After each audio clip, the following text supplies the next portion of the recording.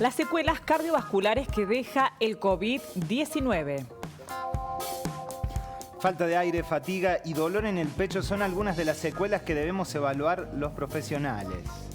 Muy bien, bueno, todas las secuelas, por supuesto. ¿Y qué le pasa a nuestro corazón cuando el virus entra en nuestro organismo? Para conocer un poquito más acerca de este tema, estamos en contacto con Ricardo Iglesias, quien es cardiólogo y expresidente de la Fundación Cardiológica Argentina, también expresidente de la Sociedad Argentina de Cardiología. ¿Cómo le va, doctor? Bienvenido a Telediario Federal Modo Tarde. Un gusto.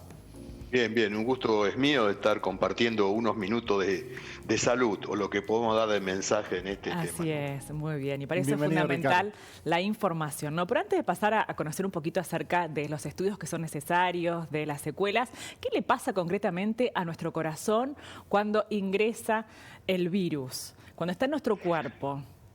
Sí, me parece que este es el punto. Donde más se conoce el tema, digamos, de la implicancia cardiovascular del virus es en la etapa aguda, en la etapa de infección aguda.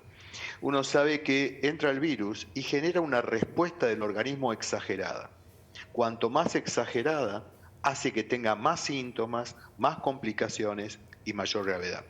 Es decir, digamos, el virus lo que está desencadenando es una autorrespuesta de cobertura, de defensa, que termina siendo tan exagerada que lleva a una serie de procesos pulmonares, cerebrales y renales. Claro, lo podríamos imaginar como una inflamación del corazón, si se quiere. Exactamente. Esta respuesta inmunológica genera un proceso inflamatorio que está marcado por un montón de sustancias que normalmente ante una anoxa, ante una agresión, aparecen y controlan. Pero a veces, en un grupo de pacientes mucho más susceptibles, mucho más, yo le diría, ya inflamados crónicamente, son los que generan los peores episodios que requieren terapia intensiva y donde se concentran los muertos. Por eso, y todavía no le contesté lo del corazón, pero justamente fíjese usted, quien tiene un problema cardiovascular previo tiene más de 10 veces posibilidades de morirse que aquel que no lo tuvo. Y eso se ve en diabéticos, en enfermos coronarios, en seniles, que su respuesta inflamatoria no tiene tanto equilibrio.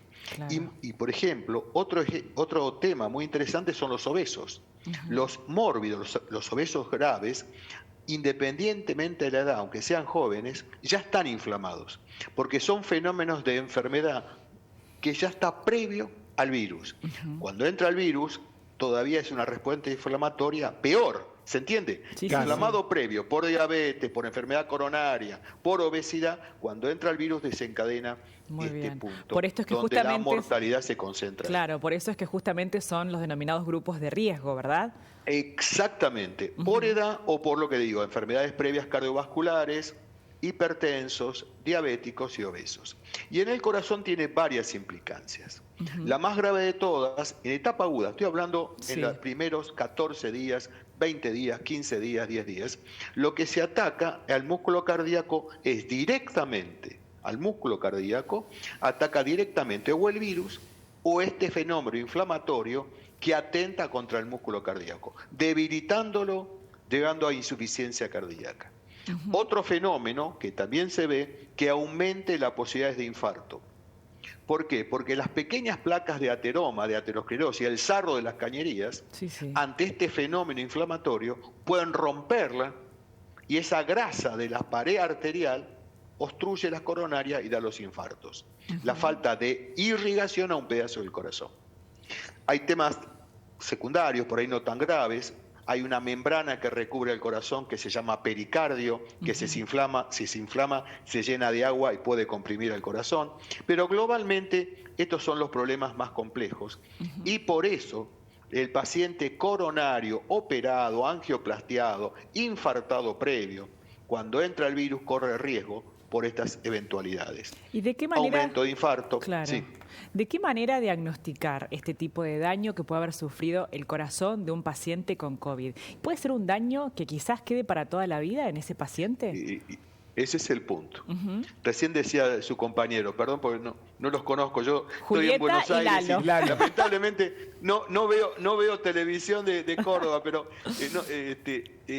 perdón, Recién decía cómo se detecta, cómo son las secuelas. Bueno, yo le diría, y contaba los síntomas, recién decía los síntomas. Después del COVID, después de la etapa aguda que comenté que puede ser muy grave, algunos quedan con secuelas. Y hay un grupo de un 10% de pacientes, si estamos hablando de un número muy alto, cuando las cifras oficiales de hisopados positivos son casi 2 millones, 1.800.000, calcule el 10% solamente de ese número, quedan con algún tipo de síntomas que duran 3 semanas o hasta 3 meses. Lo más común es cansancio, dolor en las piernas, cefalea, hemos visto urticaria, hemos visto caída de cabello, hemos visto montones de situaciones realmente muy extrañas, secundarias a lo que se llama COVID prolongado. Ya el virus no está, ya el virus se fue y queda la secuela, la fatiga, el cansancio. Dentro de ese grupo de pacientes con fatiga, con cansancio o con dolores de pecho, hay que ir a detectar los que dejamos con secuelas, que es un porcentaje interesante, probablemente un 2%. Pero cuando ve la cantidad de gente enferma, 2% es mucha gente, le quiero explicar. Claro. En esos pacientes que tienen la fatiga, el dolor de pecho, lo que hay que buscar es el daño cardíaco, antes de comenzar una actividad o deportiva o laboral. Se puede hacer con análisis de sangre, buscando una enzima que demuestra si el corazón está dañado, que se llama troponina. Se puede hacer un simple ecocardiograma, que hoy se hace en un hospital público, privado, que es algo no agresivo, para ver cómo quedó el músculo. Y en algunas situaciones particulares se puede hacer una resonancia magnética para ver el deterioro del músculo. De alguna manera, sí. En estos estudios de diagnóstico, ¿qué vendría a indicar el valor del dímero D, por ejemplo, y esto de la coagulación en la sangre? El dímero D es un marcador pronóstico. El dímero D es un marcador de la inflamación que está muy exagerada, y eso tiene mucho valor pronóstico en la etapa aguda, en la etapa de internación, en los pacientes más calientes, más inflamados. Ya en la parte crónica esto pierde mucho valor. ¿Por qué? Porque la inflamación es mucho más leve, más lenta, y es lo que puede llevar a muchos años un deterioro progresivo y el paciente no sentir absolutamente nada. El dímero D muy alto, más de 3.000, habla de un daño muy importante, y esto, pero repito, esto en la etapa aguda. Está mucho menos estudiado ya en la etapa esta, que uno diría subaguda. Sí. Superado teóricamente los 14 días de la enfermedad aguda, ¿no es cierto? Y lo interesante, que esto se ve no solamente en aquellos pacientes que tuvieron que estar en unidad coronaria o en terapia, en pacientes con enfermedad leve, síntomas menores, que hicieron su recuperación en su casa, persisten con febrícula, dolores, fatiga, también hay que buscar en esos puntos. Recién estaba saliendo un artículo muy importante inglés que deportistas jóvenes, sanos, y tuvieron COVID, obviamente, y anduvieron muy bien, no intubados, no graves, sino anduvieron. Hay un 2% que tienen un pequeño daño miocárdico.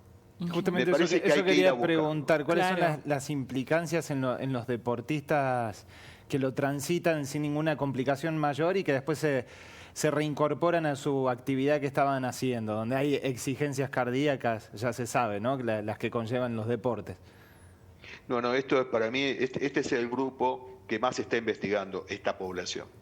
Esta población tiene mucha implicancia porque pequeños daños que a veces no dan más síntomas que le comenté y después los síntomas son transitorios, pueden tener problemas desde arritmia, con la famosa muerte súbita de los deportistas, o deterioro de la contracción a largo proceso, que los organismos jóvenes de un deportista compensan porque tienen esa particularidad, pero a futuro tiene riesgos de eventos mayores o en un futuro hasta de un trasplante cardíaco.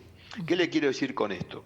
Fíjense ustedes, la gripe, que mata más de 15.000 pacientes anuales en Argentina, no este año que pasó que no hubo.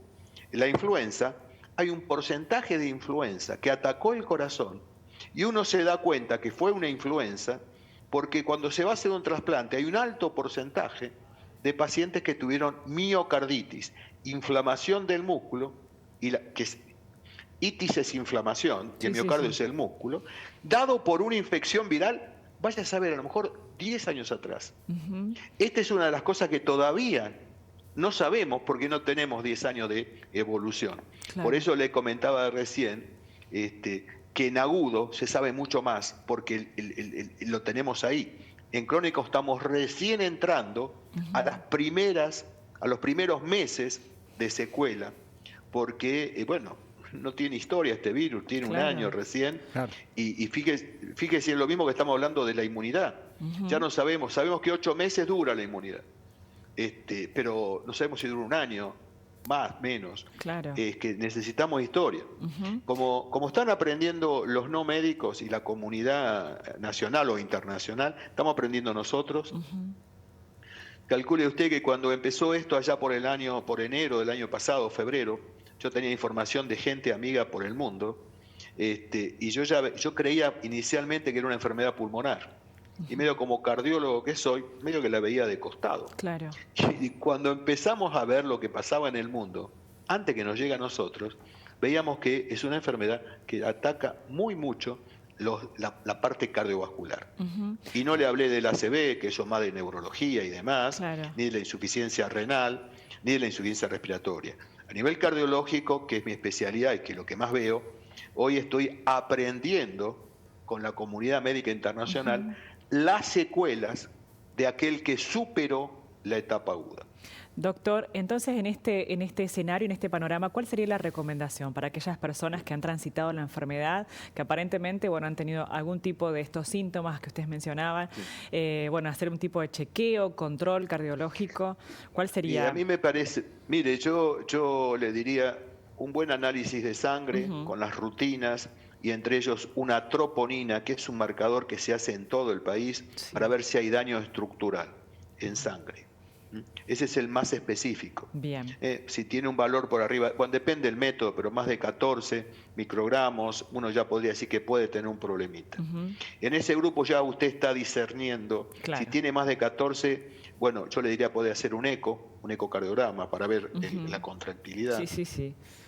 Y si a veces tiene alguna duda, en algunos casos, para el diagnóstico de miocarditis es la resonancia magnética nuclear, no la biopsia.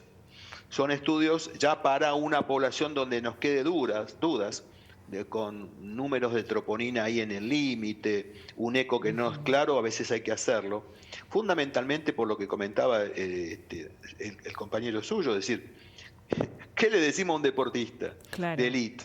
Peor todavía. Pero a veces sin ir al deportista de élite, al individuo que va con la bicicleta y en este año que tuvimos crecimiento de panza de casi 4 a 6 kilos, eso lo dijo la Sociedad Argentina de Nutrición, 4 a 6 kilos.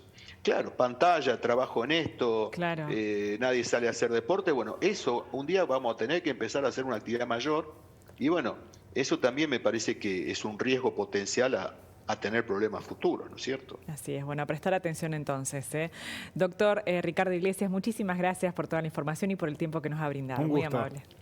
No, un gusto y perdone, pero no veo televisión de Río Cuarto, así que no conozco su nombre. No hay problema. Cuando quieran estamos muy claro, por supuesto. Gracias. Seguimos en contacto. Adiós, un gusto. Gracias.